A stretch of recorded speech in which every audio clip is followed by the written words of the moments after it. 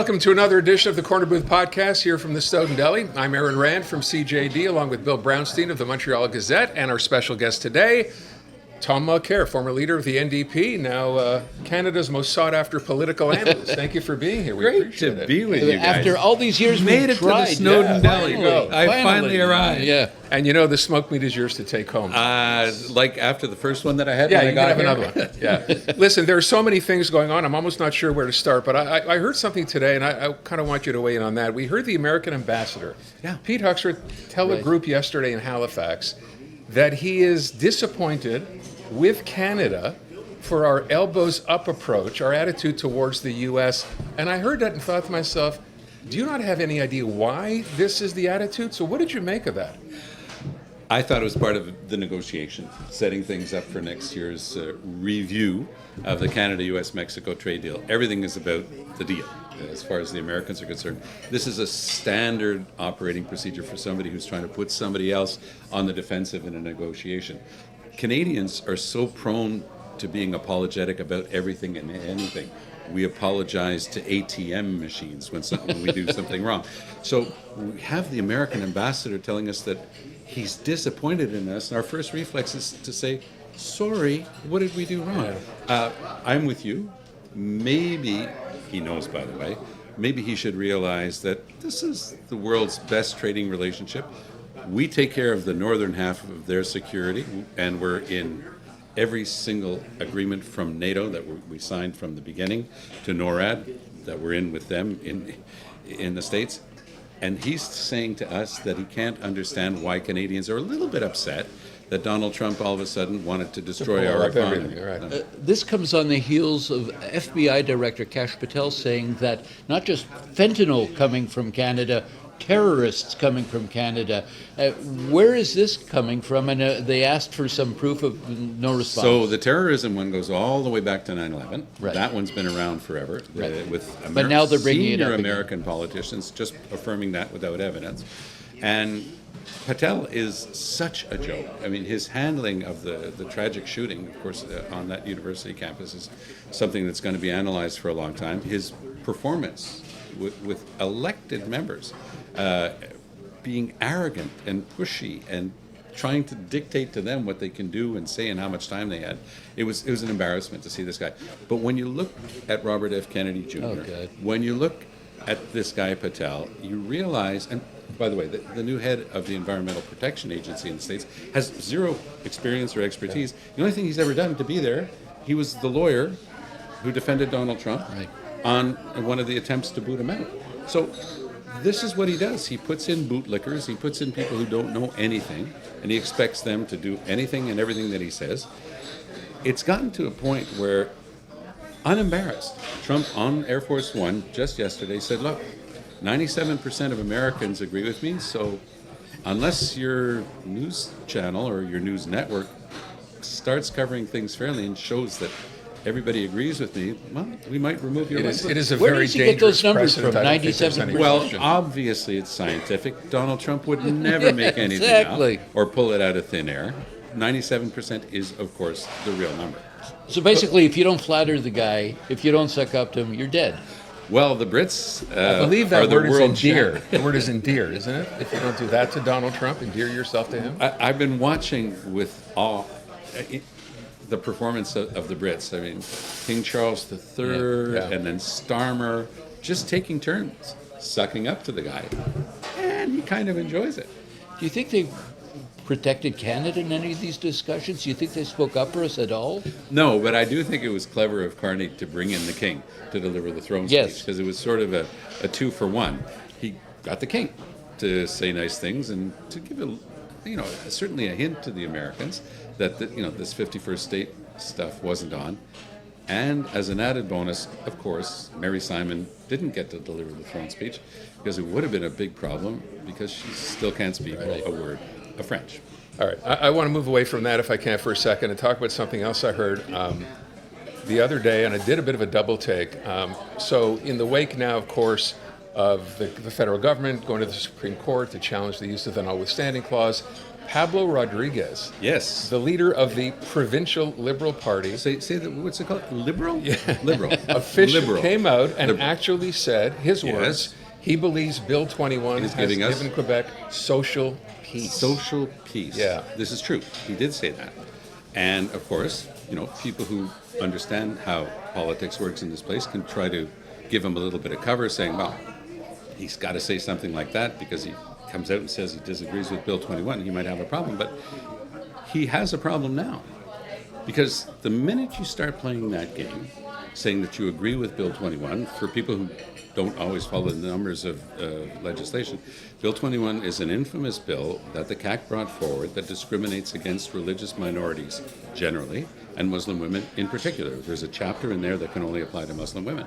So what it means in practical terms is if you're the top of your class in McGill Law School but you happen to wear a kippah, you're not allowed to become a Crown prosecutor. And if you're the best graduate of John Abbott College in Police Tech, but you happen to be Sikh and you wear a turban, you're not allowed to be hired as a cop in Quebec, but you can work anywhere else in Canada.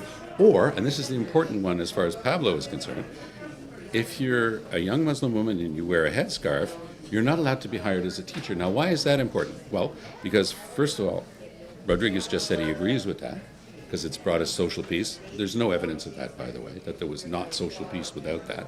And then the other part is Legault's next step, and he's already announced it. He's going to bring in a law that makes it illegal to hire a Muslim woman who wears a headscarf in a daycare center. Right. So here's the conundrum for Pablo Rodriguez.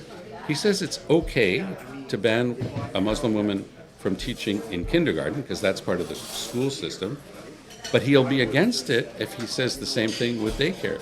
You're walking into a trap, Mr. Rodriguez. You don't even realize it, because what Legault does, the minute you say you disagree with him, he says, so you hate Quebec. This is a fundamental principle here in Quebec. Secularism, laïcité meaning, we get rid of religious. So they always fall into talk about priests and nuns running the school system in the 1950s, and it goes nowhere. What this is a direct attack on minorities, in this case religious minorities. And if you believe in principle, you stand up to it. But if you don't believe in principle and you're trying to maybe purchase a little favor, you talk about social peace and you back Bill 21, and then you've walked into a massive bear trap, because you're not going to be able to answer why you think that you should be allowed to work in a daycare center wearing a headscarf, but not in a kindergarten. And this is going to put Quebec back on the map. But it was interesting. Not for the right reasons. Exactly.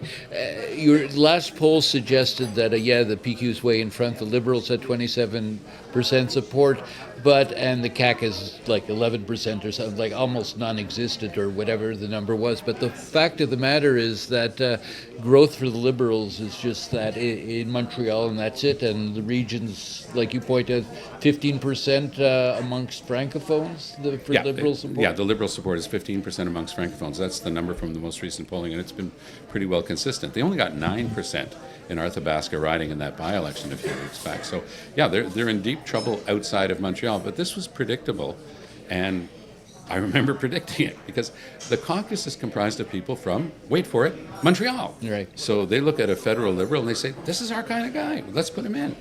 I remember going to Laval on a Saturday to watch the first debate of the candidates in the Liberal leadership, and everybody was speaking without notes because they all knew what they were speaking about.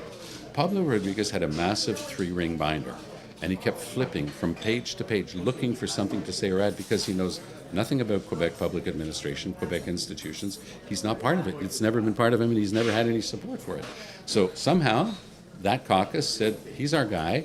They got enough members to sign up for Pablo, and he won in a squeaker. I think that they're going to pay a heavy price for it, because I can't see how Pablo Rodriguez is going to be able to speak to Quebecers across the regions. And that leaves everything open for the PQ, tragically, in the next election, even though 65%, two-thirds of Quebecers want nothing to do with separation, nothing to do with a referendum, and yet Paul Saint-Pierre Plamondon is going to cleverly, he no longer calls it a referendum, by the way. It's a consultation, as if there was any difference. He'll go through with this. this. Put us back, though, Tom, into the same situation we were 2 elections or 3 elections ago, when it's a vote for separation or against separation, because the CAC are no longer a factor polling-wise. It's the PQ and basically the Liberals. So we're back where we started from. Yeah, but it's a Liberal Party that reminds me of the Liberals that were there after the 76 election, and then Claude Ryan comes in, and he tries to calm things down, and he tries to speak in a way that is more open to the rest of Quebec. And he kept getting pushed back by his Montreal caucus. And that's the Montreal caucus that has just chosen Pablo Rodriguez. It's the same deal for the Liberals. They don't. It's only when they can reach beyond, when Robert Bourassa came back, when Jean Charest came in, you had the ability to reach out and talk about regions, and this is where Quebecers live. And if you're in Montreal, you've got a very unique view of the province, but it leaves a lot of people out. So if you were going to predict what we're a year away from a provincial election. Can't imagine polls will change dramatically, despite the traitement choc that François Legault says he's now going to begin to use. How do you see this one playing out? What has to happen for anything to change? Aaron, I think that the answer to your question is the only possibility to defeat the Parti Québécois is for the CAQ to come up with somebody who's credible and who can take over that party. François Legault, let's not forget, accomplished something absolutely unique in political history. Just by will, he took over the remnants of Mario Dumont's Action démocratique, rolled it into a new party that he created that he called the Coalition Avenir Québec. I still can't believe that there's a political party called CAQ, but there is, and it's in power for the second majority government. Legault is a spent force. I'm not convinced that the CAQ is a spent force. In fact, one of his major, ministers, who was in charge of forestry, very important in the regions, she just quit as the caucus came back, and she said they've got to get rid of Legault. But she says, I strongly believe that the CAQ remains the best voice in Quebec politics. Now, the fact that they're not very good at counting after having promised a government of accountants doesn't work in their favor. But there is a distinct possibility that under new leadership, the CAQ would not be finished. Because the Liberals, again, Pablo Rodriguez got 9% in Arthabaska. Pablo Rodriguez and the Liberals of Montreal are not able to speak to the regions. And the example you just gave before, Aaron, how do you speak out of one side of your mouth on human rights and speak out of the other side of your mouth on human rights? You're going to get caught. So who's going to lead the CAQ out of the wilderness without Legault? Well, even though we're colleagues, and I don't want anybody to read into it the fact that I believe that I have any inside information on this, the theoretical answer to your question would be the same Mario Dumont who founded the ADQ. Really? Now, he's such a popular media figure and he does so well in it, I'm not convinced at all for 1 second that he'd be willing to leave his very, very good work in the media sector. But I think that somebody on that level, somebody who could attract voters, might be able to pull it off. But they'd have to be willing to go along with the rest of the stuff that Legault has been doing. José Legault, who we all know, wrote a great paper in Friday's Journal de Montréal talking about Kim Thuy, the very respected Quebec playwright and author and filmmaker, who gave an interesting interview where she said, she talked in very kind terms about the Quebec that she loves, but she says she's thinking of leaving. She's so tired of seeing immigrants portrayed negatively in Quebec. And go back to the last campaign when, Jean Boulet came out with a racist rant against immigrants, and he was the immigration minister, right. And he gave a bunch of fake statistics to show why immigrants are bad. But Legault does the same thing day in, day out. When he brought in his new cabinet, he spoke against immigrants again, saying that here's the problem. The problem is immigration, temporary foreign workers. Quebec has approved or actually chosen the vast majority of them, but Legault never mentions that. All the businesses and all the business groups want those workers, but Legault never mentions that, but he's supposed to be all about the economy. So it is a way of scapegoating and going after members of a minority, and that's the... Goes back to Parizeau, the Anglos and the ethnics, and basically they need a fall guy. But after Parizeau, and he resigned right away, we never again had a government going after immigrants, targeting them, using them as scapegoats for all of their own failures. When Legault stands up, what Legault has said over the years, he said, the number one cause of the housing crisis in Quebec is immigrants. The cause of problems in education, that's immigrants. So he's always going back to that, and it's shameful, but there's nobody taking him on, and it's certainly not Pablo Rodriguez, because Rodriguez has simply decided that he's going to go along to get along. What would Mario Dumont do in such a situation? I think that Dumont has more subtlety on some of this stuff, but I don't think he would be any different on the so-called laïcité issue, the secularism issue. I think that he's been in lockstep with Legault on much of that stuff, but that's probably the reason why he would do well. The Corner Booth podcast is brought to you in part by the Snowdon Deli, serving Montrealers since 1946 and home of the city's best smoked meat sandwich, the Snowdon Deli, DeCarry Boulevard, north of Queen Mary Road. Let me go back to something I brought up at the beginning. The Canadian government now, before the Supreme Court, on the use of the Notwithstanding clause. And I think sometimes we have blinders on. We live in Quebec. We think this is just a Quebec issue. And of course, it turns out it's not. No. Ontario, Manitoba, other provinces. Alberta. All of them. Yesterday, saying three new bills on gender rights. So where does this leave the government? And how does this affect? I mean, we're not going to get a decision anytime soon anyway. But already, certainly not before the next Quebec election. But already, of course, we've heard the CAQ come out. You heard Jean-François Robert, Simon Jolin Barrette already saying this is a stabbing in the back or using the back door to get to Quebec. What do you make of this? Well, they were a little bit frustrated because the federal government did not go after Bill 21. It directly. No, but it says it's very difficult reading, but it says essentially that it wants to see if there's not a way to attenuate the use of the Notwithstanding clause. The problem with the Notwithstanding clause is so many of my lawyer friends, I've been involved in these cases since day one. The basis of the current law is a case called Valerie Ford.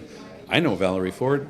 I knew her at the time because I was the lawyer at Alliance Quebec who put together the first big science case.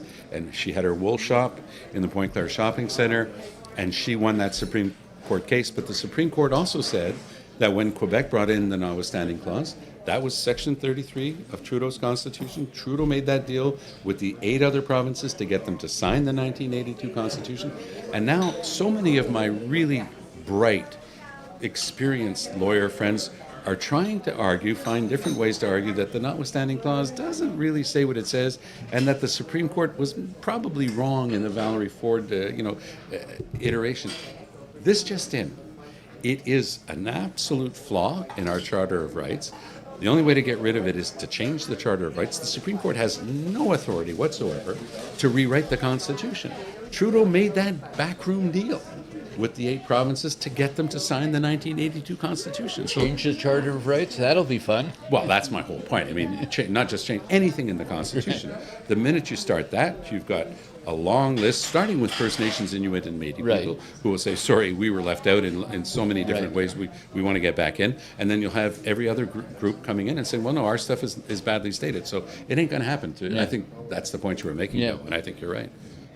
I wonder, too, we're about a little over a month away from the municipal election. Yes. It's only now, actually on this day, finally, posters are starting to go up, because up until now, the number one answer from people polled to who you vote for is, I don't know. I don't know anything. So there's going to be some work for the candidates to become visible, and we're going to start to see more and more of that. I know we've had a couple of debates already.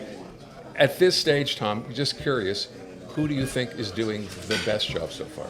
I think the best campaign is being run by Soraya Martinez Ferrada and her team. And it's the old, a lot of it goes back to Denis Coderre's era. But, say what you want about Coderre, but the average voter knew that Coderre was on their side. Especially people on the lower rungs. So I think that she's had a great campaign. The campaign for Projet Montréal, Valérie Plante's party, is going so badly that his campaign director, his name is Luc Rabouin, who runs the party now and is their candidate, his campaign director went over to Craig Sauvé's party. And as I spent a good hour in the large neighborhood around the Snowdon Deli before I came in today, and I was up at the university and in different areas. I saw lots of posters for Soraya. And by the way, she just uses her first name, which is a good way to forget. Smart. Yes, it is smart. And she's the only woman, and there are going to be pictures on the ballots, so that kind of works out in her favor. And I saw some posters for Craig Sauvé, and I did not see a single Projet Montréal poster. So it speaks to a lackluster campaign. They cannot recruit. They have not had so far a single star candidate on the Projet side. And ensemble, Actually, he spoke out against the idea of having star, or what he called elite Yeah, right. candidates when he mentioned Yeah, Leslie we're people, Roberts from right. Saint Well, Montreal. then maybe he's against winning elections. You know, but Because one way to convince people that your party has momentum is you come up with great the depth. former head of Centraide, and you come up with Lorraine Pintal from the Théâtre Nouveau Monde and the cultural sector in Quebec, and you come up for the English-speaking community of Quebec with a guy with the star power of Leslie Roberts. Yeah. And so she's got the momentum right now. Ensemble does. Craig Sauvé is going to get a few votes for reasons that have very little to do with municipal politics. And Rabouin is just driving himself into the ground. But what they're banking on always, Projet Montréal, is the fact that there's always a low voter turnout, and he can basically bank upon his big constituency in Mile End Plateau. Absolutely right. And the bike ride, and they'll be the ones turning up for support, and the other ones don't vote. They're not going to be enough this time around. But you're completely right, Bill. I agree with you. Mile End, yeah. Guess what? Alexander Norris probably going to get back in because it's his Mile End crowd. Plateau Montréal, that's Rabouin himself. He and his close buddies, they're probably going to get back in like Flynn. But if you look at Montreal, and there's a lot more than those two areas there are people, especially in the north end, that's where Coderre was the strongest. There are going to be a lot of votes for them up there because they feel left out. You go into areas like Côte-de-Neige, where Projet was able to squeak in with the mayoralty of the arrondissement, of the borough, and ask anybody who lives there what they think about the bike paths and the fact that they're losing all their parking places. And ask them what they think about the orange cones anywhere else on the island of Montreal. And it's the orange cone mentality at City Hall where nothing gets done anymore. And this is where Soraya comes in. I know people in the tourism sector at the highest level who have had a chance to work with her when she was Federal Minister of Tourism, and they have nothing but compliments for her as an administrator, as a manager. And I think that it's high time that we had somebody who knew something about management at City Hall. Yet you've heard Projet, obviously you have to attack, saying, she was a federal minister most recently, she doesn't really know the city that well. Baloney. She was in municipal politics before Right. she went. Right. Yeah. And But she's been away for she a while. knows sections of the city a hell of a lot better than Luc Rabouin, I'm willing to bet, So I just find her such a refreshing, and the people that I've talked to in the past couple of weeks from various cultural communities, she's been doing her outreach. She's really been working hard. And they all know her, they all like her, and I think she's going to do extraordinarily well. One of the other takes, with respect to Craig Sauvé, so well-known, set as the city councillor, been that way for 13 years, well-known where I am in Griffintown. Yeah. Two things. Number one, the suggestion is that he's not really any closer to the middle than Projet is as far as being to the left, and that he will end up splitting some of that vote from people who vote for him instead of voting for Projet, because you're kind of voting for 6 of one, half dozen of the other. But then the other issue is, and this came up in the by-election, where a lot of people thought he could have won in Amar LaSalle Verdun, I'm one of them. I Right. actually think he would have won. but For? the Palestinian issue. Well, it's not just an issue. It was his last flyer where you had a candidate running for something and he decided to put the flag there, but the flag was the Palestinian flag. Now, I have nothing against the Palestinian flag whatsoever. And, in the right place at the right time. But really, in a by-election where you're that close, you decide, and after he did that, because I'm the former leader of the NDP, and he was an NDP candidate, he was an experienced hand, they couldn't believe that he had done that, because he just turned off so many voters that they decided not to vote for him, and it cost them the election. So, and then I just heard him yesterday talking again about Israel-Palestine as being the most important global issue. Now, to be fair, he was at a conference that involved international issues. But again, for him, this is the thing that we should be talking about in this municipal election. And I'm not sure that everybody in Montreal thinks that that's the most important thing for us to be discussing. Yeah, how do you detach yourself from that in a municipal election where it's not a municipal issue? Why even have that be part of your... Well, I do think that, because I spoke to the people around him who had been involved in that decision, because I wanted to understand it, because I didn't understand it. And they had done an analysis, they had looked at the demographics, they had looked at StatsCan, and they had decided that there were that many votes to get on that issue. And it's no doubt his idea, again, that there are a lot of issues. There's a big pool of votes for whom that will be an incredibly important issue, and he'll be that candidate. But could that even theoretically be enough to win? I don't believe so. Could it allow him to be a spoiler with regard to Projet, sink their chances even more? I believe so. Do you ever think that Camilla Hood and God knows what other issues that I never thought would be part of a municipal campaign have become significant issues? But it's a symbolic issue. Yeah. It's the reality of cutting off everybody on the eastern side of the mountain from the ability to drive up with the 3 generations and a picnic basket and have access to some green space. But it's the arrogance, and I would dare say corruption. Now, corruption can be accepting an envelope full of cash from somebody, but corruption is also holding the largest public consultation in Montreal history. We have so much money in Montreal, we can actually have an office of public consultation. It's one of the many things that we needed in Montreal, like an office on racism and an office on the French language. These are all things that the municipality can afford because, of course, we're flush with cash. So this one, to me, was amazing. You hold the largest consultation in the history of Montreal, and the consultation clearly says, keep the roadway open to the mountain. And Valérie Plante bounds up the mountain. She brings all of her people with her up the mountain, big smile on her face to announce she's going to close the roadway. That, to me, is another form of political corruption. It's corrupt behavior. It's a corruption of the process. It's a corruption of the institutions. And it's a total lack of respect. The whole thing about Projet Montréal is they were going to be different from other politicians. They were going to have a white glove approach. They were going to have clean hands coming into this thing.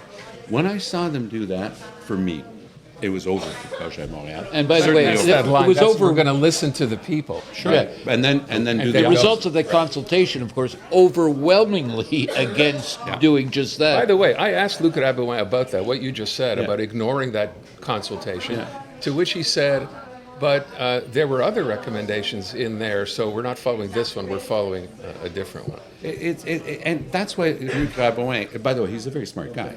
But he'll tell you also he'll tell you in great detail. But he's also one of the worst politicians I've ever met because he's faced with something so obvious you have to back away from this, and he won't do it. Yeah. And so he's trying to slither away. He's trying to say that, well, it won't be. Maybe I won't do exactly that, but then I'll do something. And then there'll be a tramway. Oh yeah, there's going to be a tramway. The same way there's a tramway in Quebec City. Like 11 years later, they still haven't, taken the first shovelful of salt.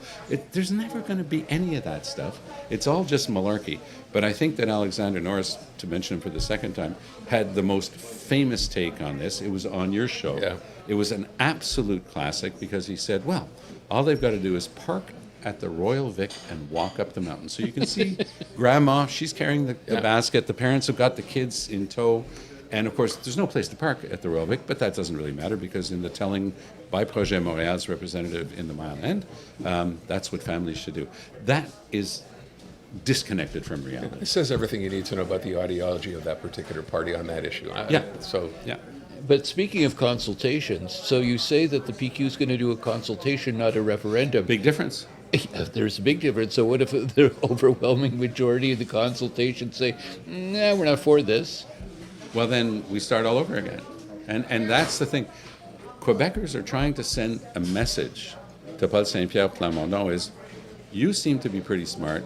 You're starting to put together the beginnings of a team. If you want to run the government, we might actually vote for you and give you that possibility. But if you tell us that once you get in, you're going to start taking taxpayers' money to try to set up the winning conditions for a referendum to break up one of the most successful countries in the world and pull Quebec out of Canada, we're going to defeat you. And that's why I say that it would be a mistake to consider that the CAQ is a spent political force. Legault is finished. Let's not kid ourselves about that. We don't have the 2-mandate rule the Americans have, but we kind of do. Trudeau was like 9 years, and it was like, please leave. It was like, Poilievre was 27 points ahead. They all think it had everything to do with Carney. No, it had mostly to do with Trudeau. As long as Trudeau was going to stay there, the Conservatives were just doping their vote. And it's the same thing. Like, just, okay, Mr. Legault, please leave. And that's where Quebecers are. Here's your code. What's your hurry? Yeah. Last thing I want to ask you about, we have to wrap up. I wonder if there's anything to be made of the number of people who have left the Carney cabinet in the last week or so. We had a big announcement, Chrystia Freeland walking away. Yep. But then, of course, David Lametti is off to the getting UN Yeah. because of his vast experience as a diplomat. That's But very what's going strange. on? Is this Carney's effort to get rid of the old Justin Trudeau cabinet? Yes. Or why do you think this is happening? But he brought Lametti in. Right, exactly. But Lametti was brought in as a senior advisor, and essentially he was trying to split a job between two people. And when it became clear that you can't do that, Lametti was the one who was pushed down Tom the plank. Pitfield being the other Yeah, guy. Pitfield is, of course, has everything that's required to do that job. So Lametti is going to be our senior diplomat, our ambassador to the United Nations. I don't know of any experience or expertise that he has in that field whatsoever. It's kind of an important job right now, but there you go. And Bill Blair leaving. Blair's leaving. He's going to be taking over. He's going to be representing us in Great Britain. And who's the other one? Oh, Jonathan Wilkinson, who was environment and then energy.